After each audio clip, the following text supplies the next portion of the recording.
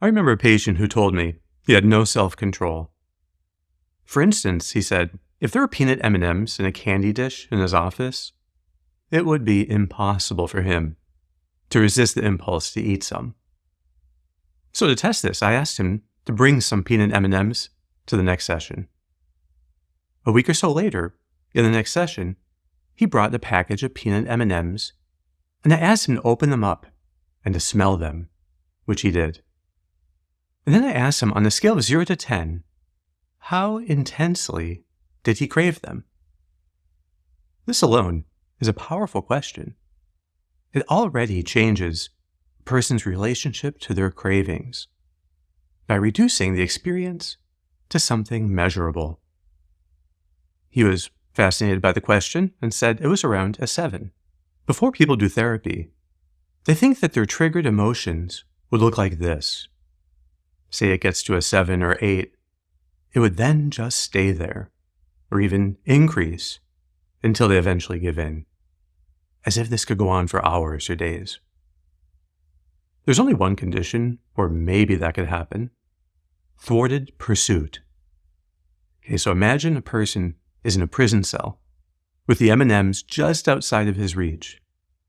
Well, as long as he kept struggling unsuccessfully to get an M&M, his cravings would stay high. But if the person in the prison cell were to let go of the pursuit and just let the craving be present, then this is what would happen.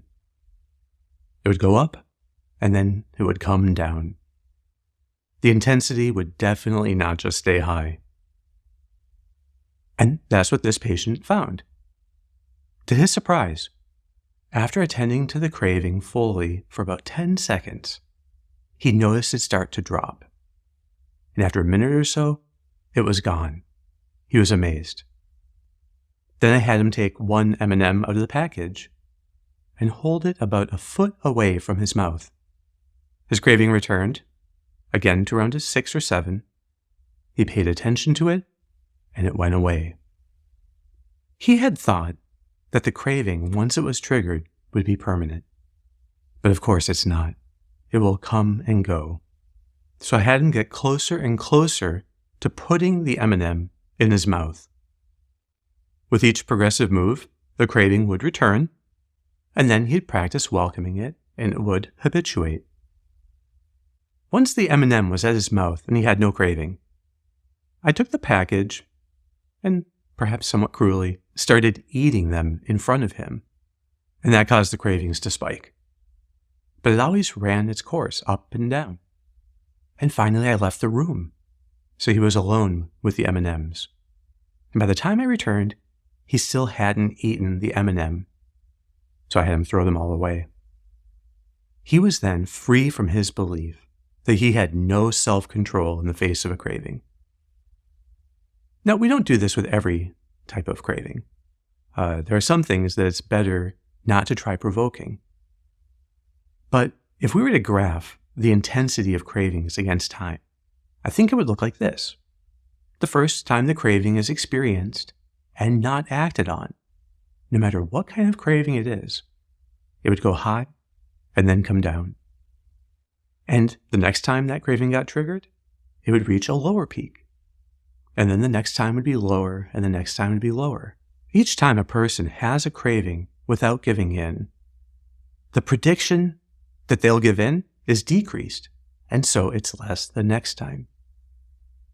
The opposite graph would occur if a person were to give in to a craving.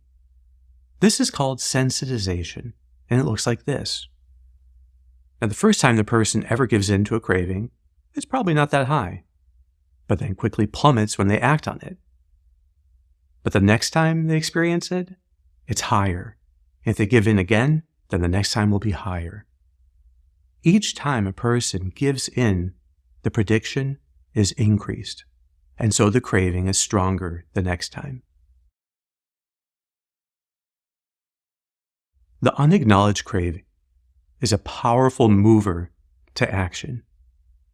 But the moment we acknowledge it, we break its power over us. We can even say that the most proximate occasion of sin is to be in a situation where one could act on a craving, to have a craving, and to be unaware of that craving. The unacknowledged craving is a powerful force. So to be in the presence of an unacknowledged sinful craving is to be an approximate occasion of sin. That's the usual setting for moral falls. It's necessary then to make the occasion remote. And one does that first by acknowledging that the craving is present. And by acknowledging, I mean that you need to feel the physical sensation of the craving in your body. You cannot simultaneously feel a craving and act on it. In general, these are mutually exclusive options.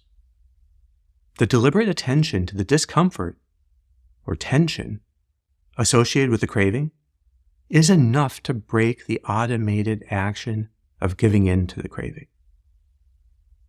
This deliberate attention is called mindfulness. Mindfulness allows us to deliberately feel the sensation of the craving, and so it stops us from automatically acting on the cravings. Here's a surprising truth. People only act on emotions in order to get rid of them. The only reason people act on cravings is to make them go away. That means that they act because they are unwilling to have the craving. If they were perfectly willing to have the craving, they would never act on it. We know from studies of addictions that the reward one experiences from pleasure usually, that reward gradually diminishes, but the cravings increase. And the addiction is maintained by the cravings, not by the pleasure of the reward.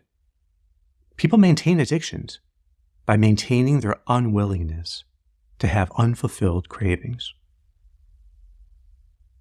The same is true for every emotion. People only act on anxiety if they're unwilling to have it. Have you ever watched a scary movie with someone who hated being scared? Maybe they close their eyes to avoid seeing scary things, or they may leave the room. But other people enjoy being scared, and they're totally willing to be scared. And so they stay, and they keep their eyes open. Now, both types of people have the same physiological reaction, but some are willing to have it, and others are unwilling to have it. It's their unwillingness that makes them suffer. I think it's kind of interesting to see that scary movies can give us a perfect image of what we call psychological flexibility. People only act on anger if they're unwilling to feel it. So the more you hate feeling angry, the more likely you are to try discharging it by kicking things or slamming things or honking or being aggressive while driving. Anger, it turns out, I think is one of the easier emotions to work with. And one of the most helpful interventions is to get people to ask themselves, the moment they become angry, how angry am I? That alone is enough to break the force of the anger. In other words, the proximate occasion becomes remote again. If people can be willing to let an emotion be there, to let a craving be there, without acting on it, then that emotion will habituate. In the book, The Cypresses Believe in God, a young man goes to a priest for confession and mentions his false impurity.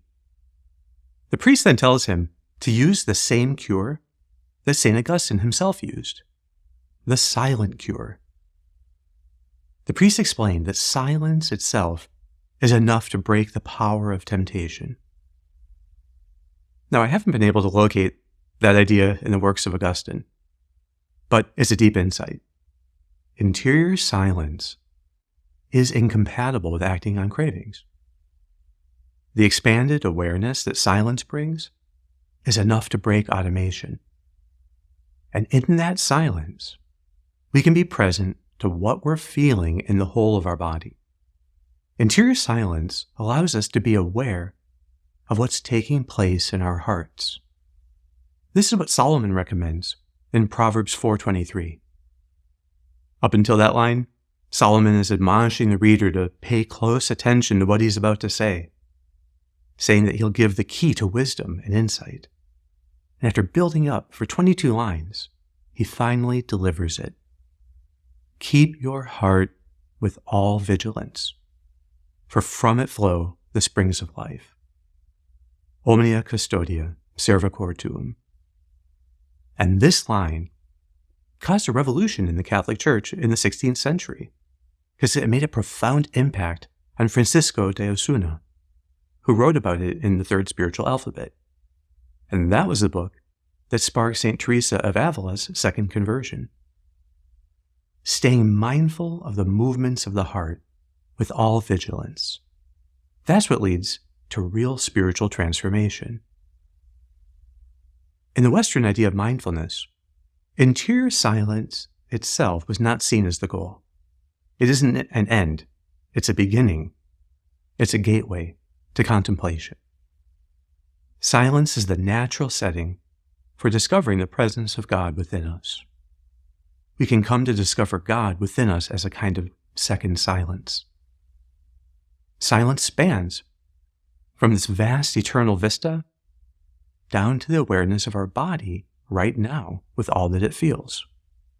And we can become aware of the movements of our heart. Not so much the beating as the feeling of the affections within us. Within this silent awareness, you can bring full awareness to any emotion, which you can experience as a kind of tension in your chest. If you pay close attention, you'll see that this tension increases slightly when you inhale and decreases slightly when you exhale. So let's talk about mindfulness of the breath. Every time you inhale, the muscles in your chest wall contract, and this expands the volume of your chest cavity and draws air in. And every time you exhale, the muscles in your chest wall relax. This contracts the volume of your chest and expels the air effortlessly. Mindfulness of the breath just means feeling the slight rise in tension as you inhale, and then you feel those same muscles relax as you effortlessly exhale. It's always best that the exhale be effortless. It's also good to focus especially on the area around your sternum, in the middle of the front of your chest. This is the area where your lower cortex places the physical aspect of your emotions as an extra tension added on top of the breath right in the front of your chest. Learning how to become mindful of the sensations in this part of the chest is very helpful for processing emotions. At the same time, you can practice breathing at a pace of 6 breaths per minute. This means 4 seconds inhaling with a 1 second pause at the top, and 4 seconds exhaling with a 1 second pause at the bottom. If you combine these two practices, breathing in a 4-1-4-1 pattern, while fully opening your awareness to feel the sensations in the chest, you trigger an interesting physiological phenomenon. Let me show it to you. In this video, you can see a recording I made of my heart rate. It's graphing my heart rate second by second. You can see in the first 40 seconds of the recording that there's no particular pattern. The line looks irregular, and the heart rate is staying at around 70 beats per minute. But at exactly the 40-second mark, I slow my breathing and opened up fully to the sensation of the breath in my chest. And you see it right here. The heart rate plunges into the 50s, and then it goes up to where it was before. And then it plunges again, and then comes right back up. The heart rate graph looks like a sine wave. What's happening is that every time I'm exhaling, my heart rate is slowing down. And then every time I inhale, it comes back to where it was before. This pattern means that the vagus nerve is being fully activated by the parasympathetic nervous system. That's the part of your nervous system that processes emotions, allowing them to more smoothly run their course. Recent research suggests that just being curious about the intensity of an emotion, such as rating it on a scale of 0 to 10, already activates this parasympathetic nervous system. All emotions are in some way superimposed as an additional tension on top of the sensation of the breath in the front of the chest. It's as though there's an added tightness on the inhale, but then things still relax a bit as you effortlessly exhale. Mindfulness and slower breathing both act as triggers for your parasympathetic nervous system, and this part of your nervous system plays an integral role in habituating emotions in the background. Turning on your parasympathetic nervous system like this is probably the main thing you can do to enhance habituation. But we're not trying to use mindfulness to control our emotions. That would be the wrong use of mindfulness. Mindfulness is not anti-emotion. Instead, it is actually a way of better experiencing emotions. And that more complete experiencing of the emotion is what prevents us from acting on them. To be mindful of an emotion is the opposite of trying to control it. So let's bring this together into a short exercise so that you can experience now what it feels like to fully activate your parasympathetic nervous system. Find a relaxing position. Focus all of your attention on the sensation of your breath. Open up as fully as you can to the sensation of the breath in your chest. Feeling your chest inflate like a balloon, and then deflate as you effortlessly exhale. Focus especially on the sensation in the very front of your chest. Feel the tension slightly increasing as you inhale and decreasing as you exhale. Any emotion you have struggled with, any emotion at all, can be experienced as a tension in the front of your chest. If you are aware of any emotion, be curious about how strong it is. Rate it on a scale of 0 to 10. And try following the count of the breath. In, 2, 3, 4. Out, 2, 3, 4. In, 2, 3, 4. Out, 2, 3, 4. As with reframing, it's best to get used to practicing mindfulness in ordinary situations so that you can build the muscle you'll need in more trying times. In my experience, the biggest gains occur when people commit to practicing mindfulness for around 10 minutes a day. The ideal time to practice is for a few minutes right before an hour of work, and repeat that a few times in the day. Times of mindfulness are also great moments to practice reframing, so you can build these skills up together. Mindfulness is ultimately the same thing as acceptance. If you practice feeling cravings with a sense of curiosity, seeing how much you can experience them as a tension in your chest, the cravings shrink in significance. It's just tension in the chest, and that's easy to accept. Acceptance of cravings is the most direct way to practice never giving in again to a craving. Here's a helpful analogy, which I've adapted from Guy Meadows. It goes like this. If you go through a day and never give in to cravings, at the end of that day you can give yourself a medal. If you give in, you get no medal.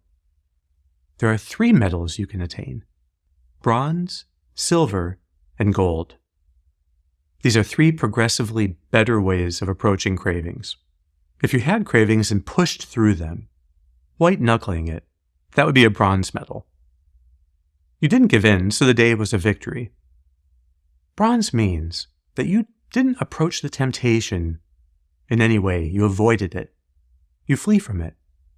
But you've done so with a sense of frustration at having a craving. You merely tolerate the cravings. To get to the next level, silver, you bring the practice of mindfulness into it so that you mindfully accept the feeling of the craving. You flip your frustration into acceptance. And that ends up making the craving much easier to have. The difference between bronze and silver is entirely within your control. And silver is much easier to attain than bronze. Now, to go for the gold medal, you need to add reframing to this. You reframe by seeing the craving as a sign that your dopamine system is being freed. This makes it even easier to accept the craving. It can be as if you hold your power of desiring in your hand with your awareness, and then you shift your desires to higher things, above all to desiring God. We could call this the transposition of desire. You transpose your desires from a lower object to a higher one. That would be the highest reframe. Acceptance and mindfulness are the same thing. The willingness to feel our emotions is what gives us, as its natural consequence, freedom in the face of our emotions. Acceptance is the path of freedom. As long as we practice it, we transcend the ability of our emotions to coerce our behavior. We can use the cycle of the breath as a way of tuning in to our emotions. The breath is the perfect object of awareness if you want to experience your emotions as fully as possible. And if you practice mindfulness at other times, more ordinary times, you'll find that mindfulness can have unsuspected depths. Mindfulness has 3 ultimate anchors, which in reality are the same thing. You can be mindful of your breath, your life, and your act of being. For a living thing, St. Thomas says, its life is its very act of being. And breathing is the essential act of life. When you practice mindfulness of your breath, life, and act of being, you can learn to accept these as a gift coming immediately from the hand of God. Mindfulness is experiential metaphysics. Through mindfulness, each of St. Thomas's 5 ways can be experienced in yourself. Mindfulness is how we attend to reality in a metaphysical way, and so it helps us to keep God present at all times. Put another way, mindfulness allows you to experience yourself as an effect, of which God is the immediate cause. As faith perfects reframing, hope perfects mindfulness. Hope pierces the thin veil of the present moment, anchoring us in the inner sanctuary where God dwells. There we experience God, upholding us and sustaining us in being and in grace. The intellect's proper object is truth, and we consider that object when we make rational arguments. But memory's proper object is being, and we experience that object whenever we are attending to the present moment. And just as the intellect spans truth and falsehood, although it's essentially ordered to truth, so memory spans being and non-being, although it's ordered to being. Non-being here, we could say, is what happens when your attention or awareness is caught up in your own mind's creations, rather than in the real world of God's creation. St. John the Cross said that hope works by annihilating memory. Hope holds memory in its attention to the present moment only, to what is, without allowing memory to turn within itself, to its memories, to what is not. We do not primarily experience God in our thoughts, which are closer to non-being. Rather, we experience God in reality, upholding all that is. With hope, this present reality is experienced as a veil that's insubstantial compared to God, who is behind it and upholding it. And hope pierces the veil, anchoring us in the eternal now. So then what would happen if we could fully experience the presence of God in the midst of a temptation? Well, we'll consider that in the next segment.